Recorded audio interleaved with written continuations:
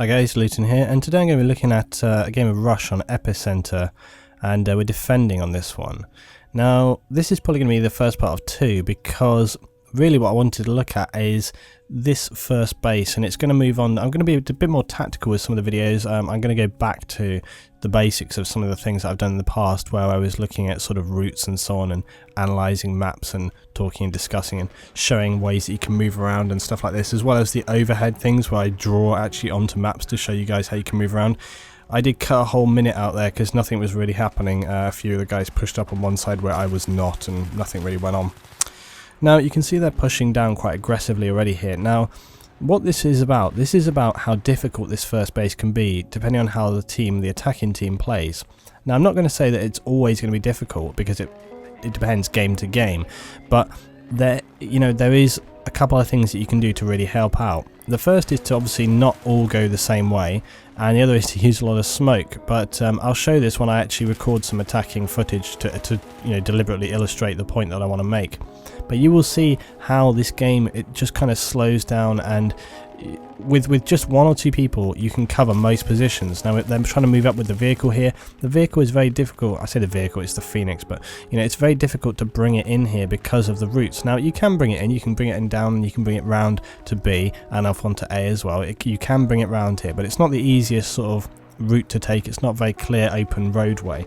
Now you can see that they've broken. It's important to remember that we got a 3 route. Okay, we got 3 routes down here, but this area here up by A, it is a bottleneck nightmare, and you can see that these guys just coming in here don't have a chance. They're not going to look at the amount of people that are here.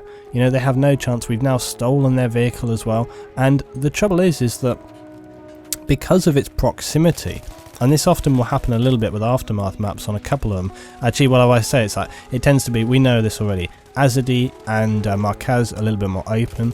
Epicenter and Talar are much more close quarters. Now look at this again, they're really having a hard time moving down here, because as soon as they come into here, they're just laying down with fire. But what other option do we have? We're defending this base. Now look, I am pulling off of them, I'm taking the pressure off of them here. I'm not just staying there camping for the kills, I'm moving back up here because I want to make sure that that middle route and the left hand side is covered. But you see, this is the trouble, is that when you have a good team that are moving up and down and making sure that nothing is taken, it's going to be very difficult.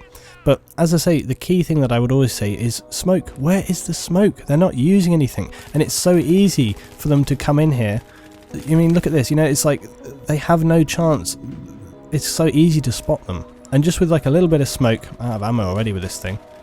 Finish them off with the Rex anyway, but yeah, with just a little bit of smoke it would really help their chances. So I'm not saying it's guaranteed that they're going to be able to break through, but it's definitely going to help their chances. And so that's one thing. The second thing is that they're really not using that central route enough, okay, in the middle here and either side. The other difficulty is speed, momentum.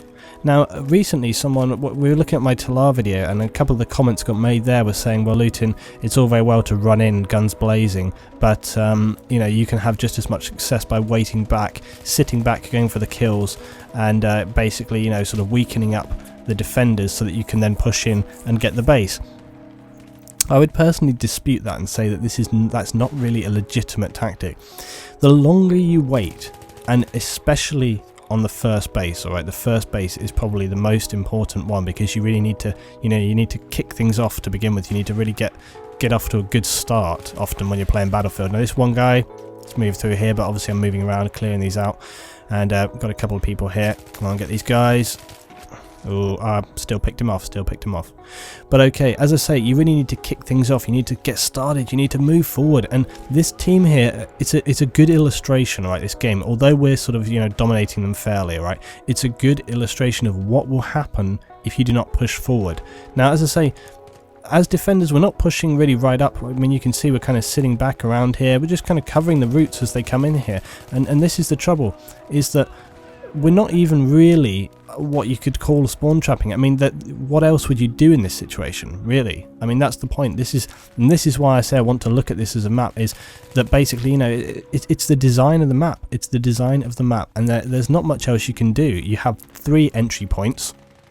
I mean, you just got to cover them. That's the design of the map. And at this point, where they're not even pushing forward to us. Now look at this, they managed to get an arm on A. How the hell this happened? I would suggest they probably came in down the B side here. I didn't rush in there because Although it's armed, a big mistake people make, and this is often, we've seen this in games before, is when a target gets armed, everybody rushes down there to get it, and then they leave the defensive positions open. So what I wanted to do here, I was wanting to make sure, you can see we've got some snipers and stuff up on here now, I wanted to make sure that we had this still covered. Now look, finally we got some smoke coming in here, but it's all a little bit too late, and this is I swear to God, this is a good sort of, Christ, how many rounds does it take to drop this guy? Are you kidding me? How come that guy did not go down? Seriously. Anyway, well, whatever.